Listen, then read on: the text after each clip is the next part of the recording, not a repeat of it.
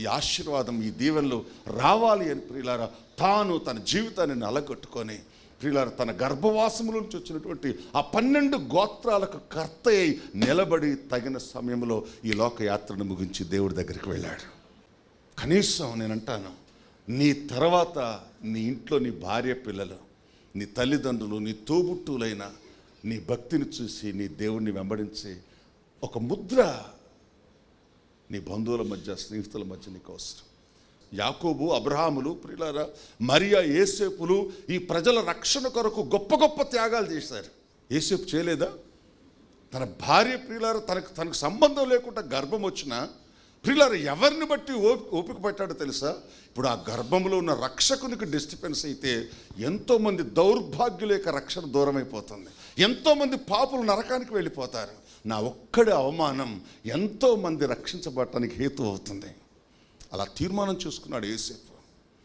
పిల్లలు అలాగే తీర్మానం చేసుకుంది మరియా. వాళ్ళ కన్న పిల్లలం కాదు మనం, కానీ మన గురించి వాళ్ళు ఆ రోజు ఆలోచించారు. ఈరోజు నేనంటాను, ఈరోజు నీ బంధువుల కొరకు నువ్వు ఆలోచించొద్దా? నీ ఇంటి వారి కొరకు నువ్వు ఆలోచించొద్దా?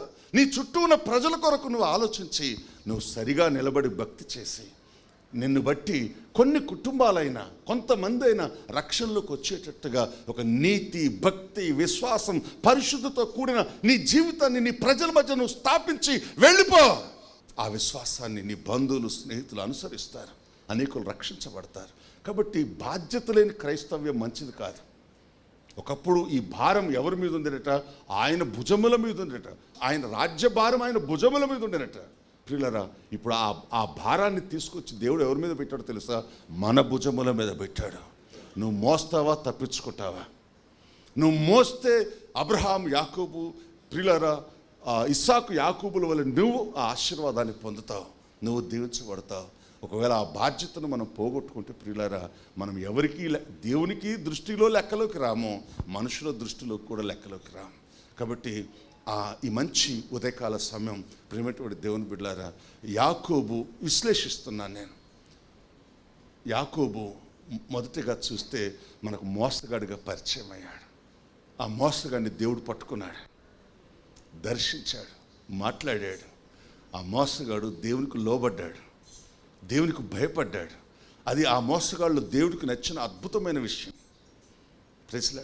ఆ తర్వాత ఆయన బ్రతుకును మార్చడానికి శ్రమలను అనుమతించినప్పుడు ఎన్ని శ్రమలకైనా ఓర్చుకున్నాడు, కానీ దేవుని మాత్రం విడిచిపెట్టలేదు.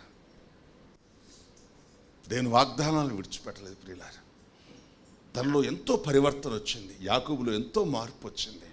ఒకప్పుడు ఏశావును చూసి భయపడి పారిపోయినాడు, ఇప్పుడు ఏశావును చూసి 7 మార్లు సాగిలపడి నమస్కారం చేస్తూ ఉన్నాడు.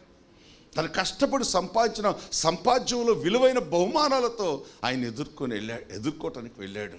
నిజంగా యాకోబు యొక్క ప్రేమ, ఆయన విధేయత, ఆయన బహుమానాలు ఇవన్నీ చూసిన తర్వాత ఒక మూర్ఖుడికి మారు మనసు వచ్చేసింది. దేవుని స్తోత్రం కలుగును కాక. ఎవరినైనా దేవుని బట్టి జయించవచ్చు మనం.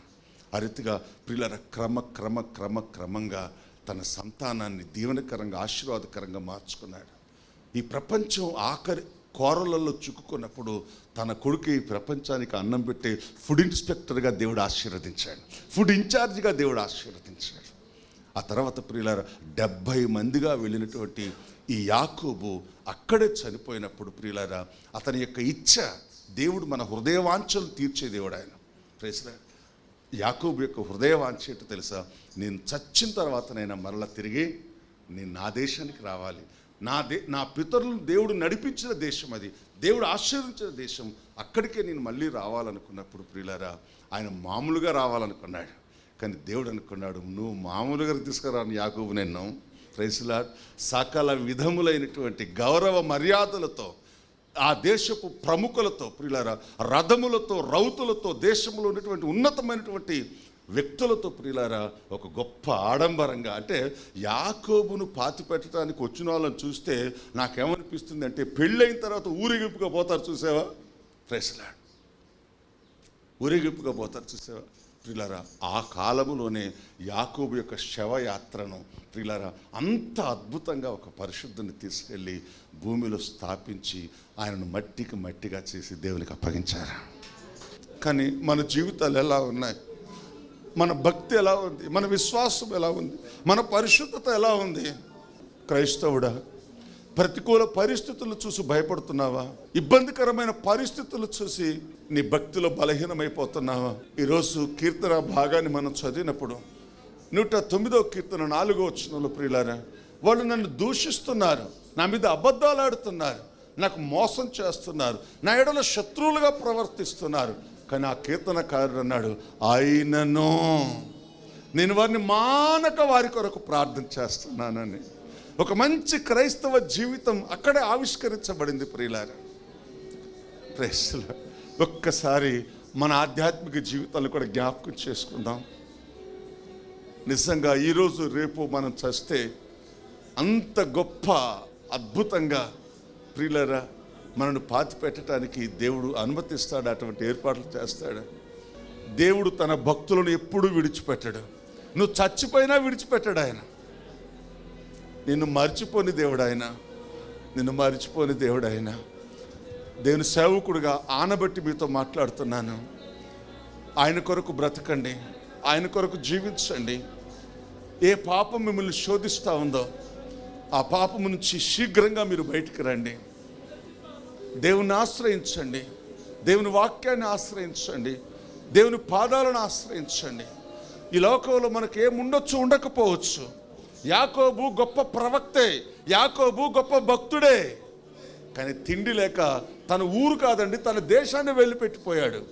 అయినా కూడా దేవుడి మీద అలగలేదు, గునగలేదు, సనగలేదు. అంటే భక్తికి తిండికి సంబంధం లేదండి. పరిశుద్ధతకు తిండికి బట్టలకు సంబంధం లేదండి ప్రియులారా. దీనికి దానికి సంబంధం లేదు. నువ్వు ఎంతసేపటికి డబ్బు, ఆరోగ్యం, ఇల్లెట్లుంది, వాకిలెట్లుంది ప్రియులారా, మంచి మంచి వాటి కొరకు ఏరేరుకొని చూస్తూ ఉన్నాను. అసలు దానికి దీనికి సంబంధం లేదండి. దానియేలు గొప్ప భక్తుడే, షడ్రక్ మిషకు ప్రియులారా గొప్ప భక్తులే. కానీ వాళ్ళ బ్రతుకులో ప్రియులారా అగ్నిలోనికి వెళ్ళొచ్చారు, సింహాల బోన్లోకి వెళ్ళొచ్చారు. ఎక్కడండి ఏ భక్తులు శ్రమ పడలేదండి, ఏ భక్తులు నిందించబడలేదండి, ఏ భక్తులు ఆకలి తప్పులు కలిగి లేరండి.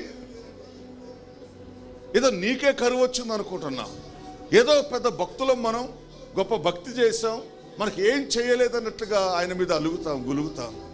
దీని అంతటికి కారణం ఏంటంటే మనకు వాక్యం తెలియకపోవటమే, దేవుని యొక్క చిత్తం తెలియకపోవటమే.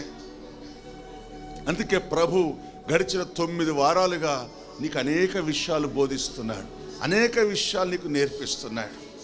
దేవునికి స్తోత్రం కలుగును గాక. ప్రభువా, నీ నీతిలో నన్ను జ్ఞాపకం చేసుకోండి. నీ నీతే నాకు ముఖ్యం, నీ రక్షణే నాకు ముఖ్యం, నీ భయభక్తులే నాకు ముఖ్యం.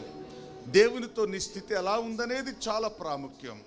Praise the lord. హల్లెలూయా.